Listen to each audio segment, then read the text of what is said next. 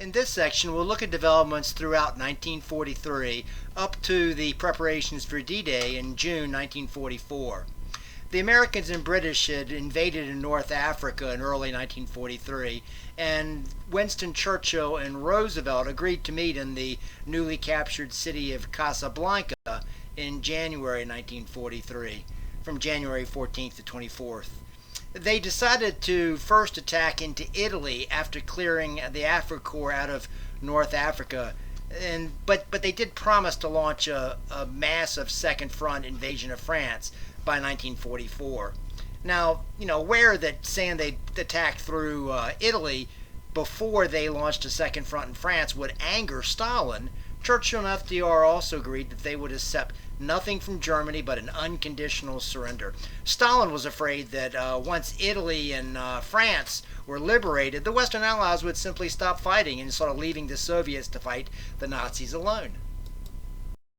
After the American invasion in Northwest Africa in early 1943, it didn't take long for the Americans pushing eastward and the British pushing westward to force the Afrika Korps to surrender and leave Africa through Tunisia. Rommel himself was called back to begin building defenses on the coast of France for what everyone knew was eventually going to be an invasion of occupied France. Only 2 months after the Afrika Korps surrendered, the war in North Africa was over with, and the Allies launched the invasion of the Italian island of Sicily in July 1943. By the middle of August, the Allies controlled Sicily and began planning the invasion on Italy proper as they'd planned at Casablanca. That invasion of mainland Italy began in September 1943, and there was another attack, I should add, at Anzio in 1944. The successful invasion of Italy in late 43 and early 44 sort of forced the partisans in Italy to topple Mussolini, and he was put in prison. But as the new government began to sue for peace with the Allies, the German paratroopers, the German elite special forces, rushed in to occupy Rome and free Mussolini from prison, and they put him back in power as a virtual puppet government. Here you see Mussolini with the Nazi commandos that saved him. As the American and British forced the Afrika Korps out of North Africa, out of Tunisia, and took over Sicily and actually began to push into mainland Italy, they sort of had a tougher road to hoe in northern Italy with the mountains. And as they were battling on the eastern front with the Soviet Union, there was a key battle in February 1943 at Stalingrad. The end result was the German Sixth Army surrendered. They were prohibited from retreating by Hitler, another bad move for Hitler, and they ended up just being surrounded. Stalingrad was another great tank battle in World War II. About the time that Stalingrad fell, the Soviets also retook the city of Kiev. And then in July and August 1943, they notably defeated Germany at the Battle of Kursk, which was about 280 miles or so south of Moscow.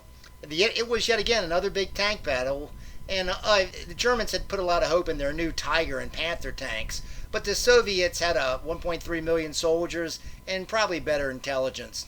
Up until Stalingrad and Kiev, this time in the middle of 1943, the Germans had still hoped for a victory to sort of regain the offense on the Eastern Front, but afterwards it was obvious that they were on the defensive.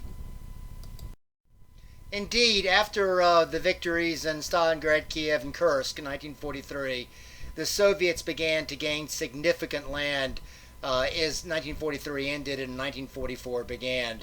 They were beginning to plan their invasion into Germany itself. By early 1944, the Allies were preparing intently for their promised invasion of Europe and France. Late in 1943, Roosevelt and Churchill traveled to Tehran, Iran's capital, to meet with Stalin in the so-called Tehran Conference. It was the first meeting of what became known as the Big Three: Stalin, Roosevelt, and Churchill. There they agreed to divide Germany into zones of occupation after the war. Also, in exchange for setting the date of the invasion of France for June 1944, obviously it was secret, Stalin agreed to enter the war against Japan once the Nazis were defeated. The Soviets, believe it or not, were still not at war with Japan, and the Allies wanted their help. The Allies also agreed to name Dwight David Eisenhower, or as he was known, Ike, a U.S. general, as the supreme commander of Europe once the invasion of France took place. His task was as much diplomatic as military because he would command not only the Americans, but the British and the Dutch and the Belgian and the Free French and all the Allies.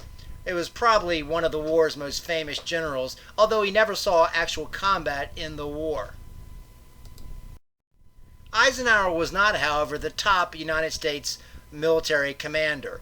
This was actually somebody we often forget. His name was General George C. Marshall. And the reason we forget is he was stationed in Washington, and later on he served as Secretary of State under Truman. He was yet another general, very important in planning strategy, but who never actually saw combat in World War II. As Eisenhower began to plan for the invasion of France in the middle of 1944, in Asia, the armies of the Allies continued their island hopping campaign, shrinking the Japanese perimeter.